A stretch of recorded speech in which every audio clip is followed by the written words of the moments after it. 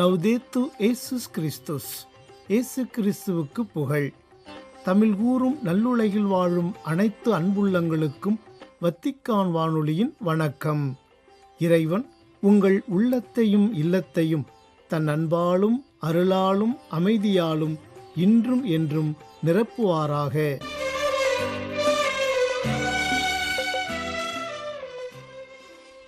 அன்பு நேயர்களே, வத்திக்கான் வானொலி இன்று உங்களுக்கு வழங்கவிருப்பவை தடம் தந்த தகைமை, வாரம் ஓர் அலசல் மற்றும் செய்திகள்.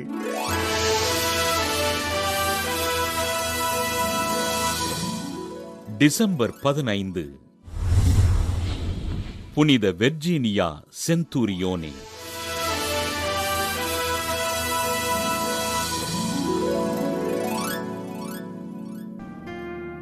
இத்தாலி நாட்டிலுள்ள ஜெனோவா பகுதியில் வாழ்ந்த ஜார்ஜியா செந்தூரியோனே லிலியா ஸ்பினோலா பெற்றோருக்கு கிபி 1587 ஏப்ரல் 2 பிறந்தார்.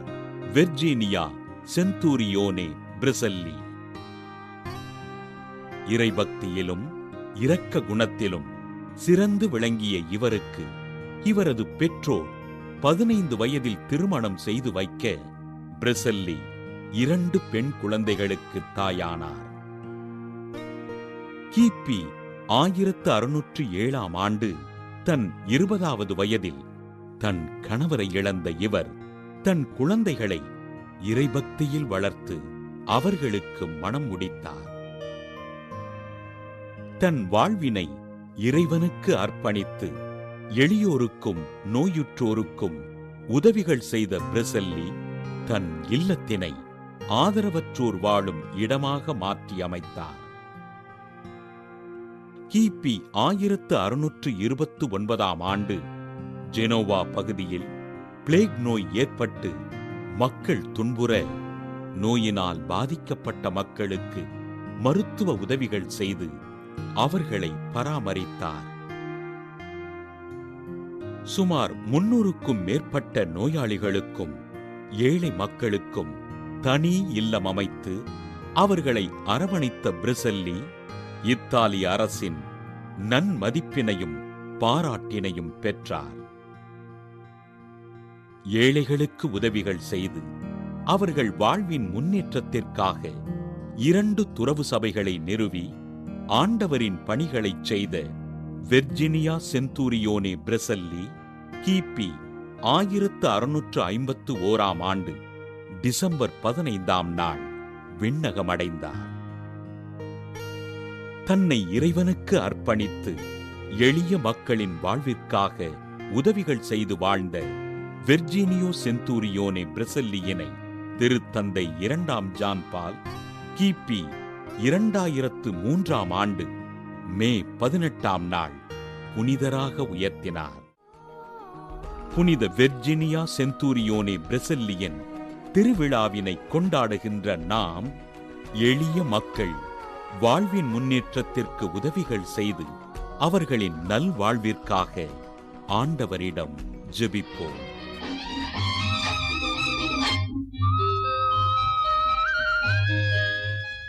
வாரம் ஓர் அலசல். உலக மனிதர் ஒற்றுமை தினம். ஒவ்வொரு மனிதனும் என் நண்பன், ஒவ்வொரு மனிதனும் சகோதரன், ஒவ்வொரு மனிதனும் சகோதரன், என் சகோதரன். அன்பான நேயர்களே, இன்று நாம் ஒன்று சேர்ந்து பேசப்போகும் நாள் உலக மனித ஒற்றுமை தினம். இந்த நாளின் முக்கியத்துவம் வெறும் ஒரு தலைப்பல்ல, மனிதன் என்ற உயிரின் மிக ஆழமான உண்மையை தெளிவாக நினைவூட்டும் ஒரு நாள். ஏனெனில் மனிதன் தனியாக வாழ முடியாது. மரங்களும் ஒன்றோடு ஒன்று சார்ந்துதான் இருக்கின்றன. நதிகளும் ஒன்றோடு ஒன்று சேர்ந்துதான் பெருக்கெடுக்கின்றன. பறவைகளும் கூட தனியாக பறந்தாலும் கூட்டமாக சேர்ந்தால்தான் திசை கிடைக்கிறது. அப்படி இருக்க மனிதன் மட்டும் தனியாக நிற்க முடியாது. அவன் வளர்ச்சி, போராட்டம், வெற்றி இவை அனைத்தும் ஒருவரின் உதவியாலும் சமூகத்தினாலும் மட்டுமே முடியும். மனித ஒற்றுமை என்பது ஒரு பெரிய சொல் போல தெரிந்தாலும் அதன் அர்த்தம் மிகவும் எளிமையானது. நான் மட்டும் இல்லை, நீயும் இருக்கிறாய். நீ மட்டும் இல்லை, நாமும் இருக்கிறோம். உலகம் எண்ணற்ற பிரச்சனைகளை சந்திக்கிறது. பசியால் வாடும் மனிதர்கள், போர் சூழலில் வாழும் குழந்தைகள், புயலால் வீடு இழந்த குடும்பங்கள், வேலையின்றி போராடும் மனிதர்கள், நீர் தேவையால் தவிக்கும் மக்கள், மருத்துவ வசதி இல்லாமல் சிரமப்படும் கிராமங்கள். இவை நாட்டின் பிரச்சனைகள் மட்டும் அல்ல, இவை மனித குலத்தின் பிரச்சனைகள். இந்த நாளின் நோக்கம் இந்த உலகில் நடக்கும் அனைத்தும் நமக்கு தொடர்பில்லாதது அல்ல. ஒவ்வொரு துயரும் நமக்குரியது, ஒவ்வொரு நம்பிக்கையும் நமக்குரியது. நாம் பழங்காலத்தில் தொடங்கி பார்க்கலாம். அப்பொழுது மனிதன் காடுகளில் தனியாக வாழ முடியவில்லை. புலி வந்தால் அவன் ஓடிவிடுகிறான். நெருப்பு இல்லாததால் இரவில் நடுங்குகின்றான். ஒரு துணை இல்லாததால் அவன் தனிமை அடைகிறான். ஆனால் மனிதர்கள் சேர்ந்து வாழத் தொடங்கிய பின் மலைக்கு மேல் குடில்கள் அமைத்தார்கள். காட்டில் விலங்குகள் வந்தாலும் 10 பேர் ஒன்றாக நின்றார்கள். ஒரு மனிதன் கற்றதை அடுத்த மனிதன் கற்றுக்கொண்டான். இந்த பரிமாற்றம், இந்த பகிர்வுதான் மனிதனை மனிதனாக மாற்றியது. ஒற்றுமை மனிதனின் முதல் ஆயுதம். அன்பு அவனின் முதல் மொழி. பகிர்வு அவனின் முதல் சட்டம். முன்காலத்தில் புலி மனிதனை தாக்கியது. இன்றோ நாம் நம்மையே தாக்கிக் கொண்டிருக்கின்றோம். மொழி, மதம், ஜாதி, நிறம், நாடு, பணம் இவை போன்ற பிரிவுகளை உருவாக்கி நாம் ஒருவரை ஒருவர் தள்ளி வைக்கின்றோம். வறுமையில் வாழ்பவன் என் நண்பன், வருத்தத்தில் இருப்பவன் சகோதரன். வறுமையில் வாழ்பவன் என் நண்பன், வருத்தத்தில் இருப்பவன் சகோதரன். அல்லல் படுபவன் என் நண்பன், ஆபத்தில் இருப்பவன் சகோதரன். காரணம் அவனும் மனிதன், காரணம் அவனும் மனிதன். இன்றைய உலகில் அதிகம் தேவைப்படுவது புதிய கருவிகள் அல்ல, புதிய கண்டுபிடிப்புகள் அல்ல, புதிய மனம். நம்பிக்கை கொடுக்கும் மனம், உணர்வுகளை புரிந்து கொள்ளும் மனம், சிரமத்தில் இருப்பவரை தட்டி கொடுக்கும் மனம், நான் உன்னோடு இருக்கிறேன் என்று சொல்லும் மனம். நாம் எவ்வளவு பெரிய உலகத்தை பற்றி பேசினாலும் மனிதம் ஒற்றுமையின் அடித்தளம். குடும்பத்தில் தந்தை, தாய், குழந்தைகள் ஒருவருக்கு ஒருவர் தனித்தனி எண்ணங்கள், தனித்துவமான விருப்பங்கள். ஆனால் ஒற்றுமை இருக்கும்போது அது ஒரு வலிமையான குடும்பமாகிறது. ஒரு வீட்டில் ஒற்றுமை இருந்தால் அந்த வீடு எப்படியும் வளர்ந்துவிடும். ஒற்றுமை இல்லாத வீடு இன்று நிறைய பணம் இருந்தாலும், வீடு இருந்தாலும், எல்லா வசதி இருந்தாலும் ஒரு அமைதியும் இருக்காது. அந்த அமைதியை கொடுப்பது பணம் அல்ல, அமைதியை பகிர்ந்து கொள்ளும் மனம். அதுதான் ஒற்றுமை. ஒரு சாலையில் நடந்து செல்லும் போது வழிமாறி நிற்கும் ஒரு மூதாட்டிக்கு நாம் ஒரு நிமிடம் நிற்காமல் சென்றுவிட்டால் நாம் ஒரு உயிருக்கு உதவாமல் சென்றிருப்போம். ஒரு பேருந்தில் குழந்தையை சுமந்து நிற்கும் ஒரு தாய்க்கு இடம் கொடுப்பது ஒற்றுமை. நீருக்காக வரிசையில் நிற்கும் ஒரு தாய்க்கு முன்னுரிமை கொடுப்பது ஒரு ஒற்றுமை. கல்லூரியிலோ பணிபுரியும் இடத்திலோ ஒருவரின் திறமையை கவனித்து அவரை ஊக்கப்படுத்துவது ஒற்றுமை. ஒற்றுமை என்றால் 1000 பேரை காப்பது என்று அர்த்தமில்லை. ஒருவரின் வாழ்க்கையில் ஒரு சிறிய வெளிச்சம் கொண்டு வருவது கூட ஒற்றுமையின் பெரிய செயலாகும். பொருள் அல்ல, பதவி அல்ல, அழகு அல்ல, மனிதரை இணைப்பது உணர்வுகள். ஒரு மனிதன் அழும்போது நாம் எதையும் சொல்ல முடியாமல் போனாலும் அவருடன் நிற்பதே அவருக்கு மிகப்பெரிய ஆறுதல். ஒரு குழந்தை விழுந்தால் அவளை தூக்கி நிறுத்தும் அந்த கை அவளுக்கு பாதுகாப்பின் முதல் பாடம். நீ ஒதுக்கப்பட்டவன் இல்லை, உனக்கு நாங்கள் இருக்கின்றோம் என்று சொல்லும் ஒவ்வொரு செயலும் மனித ஒற்றுமையின் வெற்றி. இன்று உலகம் ராக்கெட் அனுப்புகிறது, நட்சத்திரங்களை அழைக்கிறது, பூமியின் அடிப்பகுதியில் ஆய்வு செய்கிறது, வானத்தை ஆராய்கிறது. ஆனால் மனித ஒற்றுமை இல்லாமல் இந்த வளர்ச்சிக்கு அர்த்தமில்லை. ஒரு மருத்துவர் ஒரு நோயாளியை தாங்கிக் கொண்டால் அது உலக முன்னேற்றம். ஒரு ஆசிரியர் ஒரு மாணவனின் திறமையை வெளிச்சத்துக்கு கொண்டு வந்தால் அது உலக முன்னேற்றம். ஒரு விவசாயி உணவை பகிர்ந்து கொடுத்தால் அது உலக முன்னேற்றம். உலகத்தை காக்கும் சக்தி அறிவியலின் வளர்ச்சி அல்ல, மனிதனின் மன உணர்ச்சி. ஒருவர் துன்புறும் போது நாம் கவனிக்காமல் சென்றால் அது ஒரு மனிதனை மட்டுமல்ல, ஒரு எதிர்காலத்தை இழப்பதாகும். ஒற்றுமை இல்லாத உலகம் உறவுகள் இல்லாத ஒரு காடு. அதில் வளர்ச்சி இல்லை, அன்பில்லை, பாதுகாப்பில்லை. ஒற்றுமை இல்லாத மனிதன் அடையாளம் இல்லாத நிழல் மாதிரி. ஒற்றுமை எந்த பெரிய கல்வியிலும் கிடையாது. அது நம் உள்ளத்தில் இருக்கிறது. ஒருவரின் பேச்சை கவனமாக கேட்பது, சண்டை வந்தால் அமைதியை காப்பது, சிறிய விஷயங்களை கூட பகிர்ந்து கொள்வது, அவரவர் வேதனையை புரிந்து கொள்ளுதல், நன்றி சொல்ல கற்றுக்கொள்வது, ஒருவரின் வெற்றியை கொண்டாடுவது, ஒருவருக்கு தோல்வி வந்தால் சேர்ந்து நிற்பது, இதையெல்லாம் ஒற்றுமையை உருவாக்கும். ஒற்றுமை என்பது நாம் சேர்ந்து ஆடும் நடனம் அல்ல, சேர்ந்து நடக்கும் பயணம். பயம், சந்தேகம், பெருமை, பொறுமை, வெறுப்பு, பகைமை, இந்த 6 விஷயங்கள் மனிதனின் இதயத்தில் விழுந்தால் ஒற்றுமை வளராது. அந்த 6 விஷயங்களையும் நம் வாழ்க்கையிலிருந்து நீக்கினால் நாம் வளர்வது தடை இல்லாமல் நடைபெறும். உலக மனித ஒற்றுமை தினம் நமக்கு சொல்லும் ஒரு உண்மை: மனிதன் நசுக்கப்படுகிறான் என்றால் அதை பாராமல் நிற்கும் மனது மனிதனாக கருதப்படாது. ஒற்றுமை காட்டும் மனிதன்தான் உண்மையான மனிதன். நாளை உலகம் எப்படி இருக்கும்? இதை விதி தீர்மானிக்காது, இதை அரசியலும் தீர்மானிக்காது, இதை தொழில்நுட்பமும் தீர்மானிக்காது. மனிதனின் மனம்தான் இதை தீர்மானிக்கும். நாம் அனைவரும் ஒன்றிணைந்து எதிர்காலத்தை அழகாக்கிக் கொள்ள முடியும். ஒவ்வொரு வீடும் ஒற்றுமையின் ஓவியமாகலாம், ஒவ்வொரு தெருவும் அன்பின் பாதையாகலாம், ஒவ்வொரு நகரமும் பாதுகாப்பின் இடமாகலாம், ஒவ்வொரு நாடும் ஒரு மனித குடும்பமாகலாம். இன்று நம் அனைவரின் மனதிலும் ஒரு வாக்குறுதியை கொள்வோம்: நான் ஒருவரை துன்புற வைக்க மாட்டேன். நான் ஒருவரின் வழிக்கு பக்கமாக நின்று கொள்ள மாட்டேன். நான் ஒருவரின் முன்னேற்றத்தை தடுப்பதில்லை. நான் ஒருவரின் நம்பிக்கையை உயர்த்துவேன்.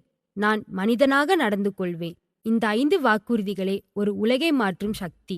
நேயர்களே, இன்று உலக மனித ஒற்றுமை தினம் என்ன சொல்கிறது? நாம் சேர்ந்து இருந்தால் மட்டுமே இந்த உலகம் அழகாகும்.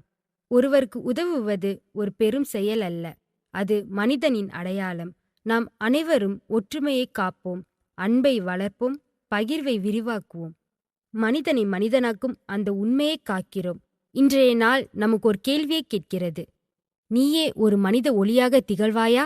நாம் அனைவரும் ஆம், ஆமாம், நிச்சயம் என்று சொல்லும் மனதுடன் இந்த நாளை நிறைவு செய்யலாம்.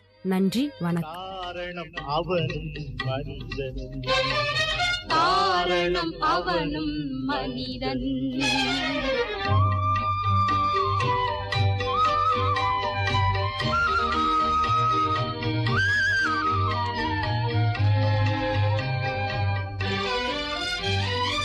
அழகை இழந்தவன் என் நண்பன், அறிவை இழந்தவன் சகோதரன்.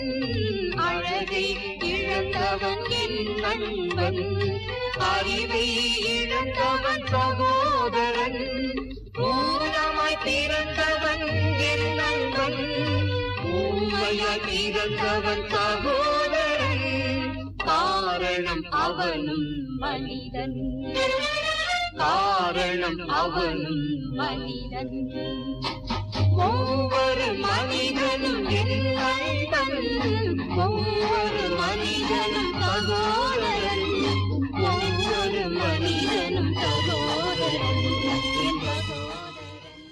அன்பு நேயர்களே, இந்நேரம் வரை நீங்கள் கேட்டு மகிழ்ந்தது வத்திக்கான் வானொலி வழங்கிய வாரம் ஓர் அலசல், உலக மனிதர் ஒற்றுமை தினம்.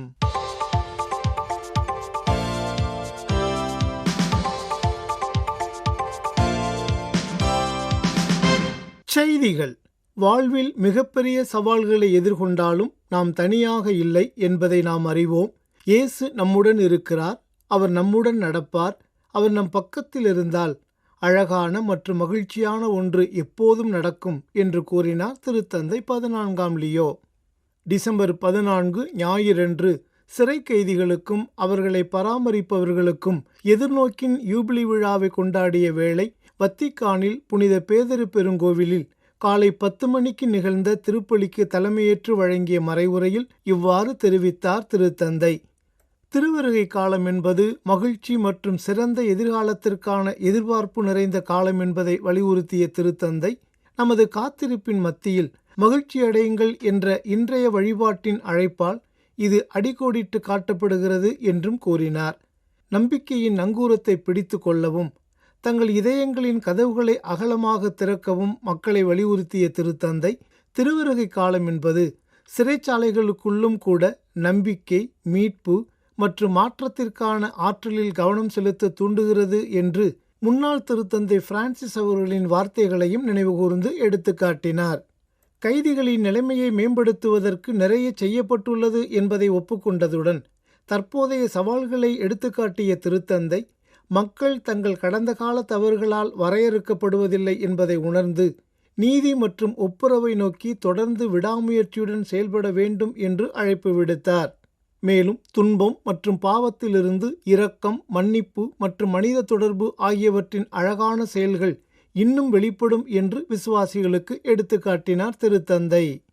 கிறிஸ்து பிறப்பு நெருங்கி வருவதால் கடவுளின் உடனிருப்பால் மிகப்பெரிய சவால்கள் கூட அழகான மற்றும் மகிழ்ச்சியான ஒன்றிற்கு வழிவகுக்கும் என்று நம்பி புதுப்பிக்கப்பட்ட நம்பிக்கையுடனும் எதிர்நோக்குடனும் இந்த நோக்கத்தை அனைவரும் ஏற்றுக்கொள்ளுமாறு கேட்டுக்கொண்டு தனது மறைவுரையை நிறைவு செய்தார் திருத்தந்தை. இந்த திருவருகை காலத்தில் ஆண்டவருடைய சீடர்களாகிய நாம் மீட்பருக்காக காத்திருப்பதையும் உலகில் கடவுள் என்ன செய்து கொண்டிருக்கிறார் என்பதை கவனத்தில் கொள்வதையும் ஒன்றிணைக்க அழைக்கப்பட்டுள்ளோம் என்று கூறினார் திருத்தந்தை 14ஆம் லியோ. டிசம்பர் 14 ஞாயிறன்று வத்திக்கான் புனித பேதுரு பெருங்கோவில் வளாகத்தில் கூடியிருந்த பல்வேறு நாடுகளைச் சேர்ந்த ஆயிரக்கணக்கான திருப்பயணிகளுக்கு வழங்கிய நண்பகல் மூவேளை இறைவேண்டல் உரையில் இவ்வாறு உரைத்தார் திருத்தந்தை. தனது சிறந்த படிப்பினைகளுக்காக திருமுழுக்கு யோவான் சிறையில் அடைக்கப்பட்ட போதிலும் அவர் எவ்வாறு நம்பிக்கை மற்றும் விடாமுயற்சியின் அடையாளமாக திகழ்ந்தார் என்பதை எடுத்துரைத்த திருத்தந்தை, அவர் சங்கிலிகளால் கட்டப்பட்டிருந்த நிலையிலும் கூட உண்மை மற்றும் நீதியை தேடுவதில் இறைவாக்குரைத்தல் ஒரு சுதந்திரமான குரலாகவே உள்ளது என்ற செய்தியை அவர் எவ்வாறு வெளிப்படுத்தினார் என்பதையும் விசுவாசிகளுக்கு எடுத்துக்காட்டினார்.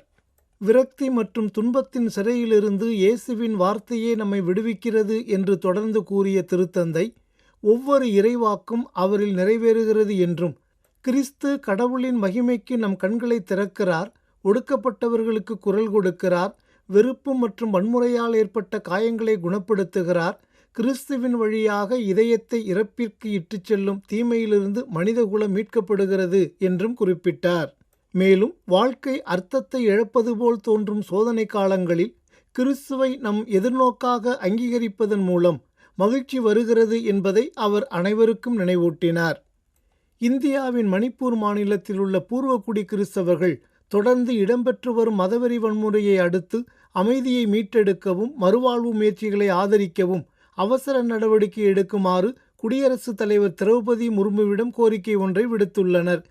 டிசம்பர் 11 மற்றும் 12ஆம் தேதிகளில் மணிப்பூர் சென்றிருந்தபோது பூர்வகுடி சாந்தால் இனத்தைச் சேர்ந்தவரும் பூர்வகுடி பின்னணியைச் சேர்ந்த முதல் இந்திய குடியரசுத் தலைவருமான முர்மு அவர்கள் மாநில அதிகாரிகள், தலைவர்கள் மற்றும் இந்து பெரும்பான்மை மெய்தி மற்றும் சிறுபான்மை பூர்வகுடி கிறிஸ்தவ சமூகங்களைச் சேர்ந்த ஆர்வலர்களை சந்தித்த போது இவ்வேண்டுதல் விடுக்கப்பட்டது.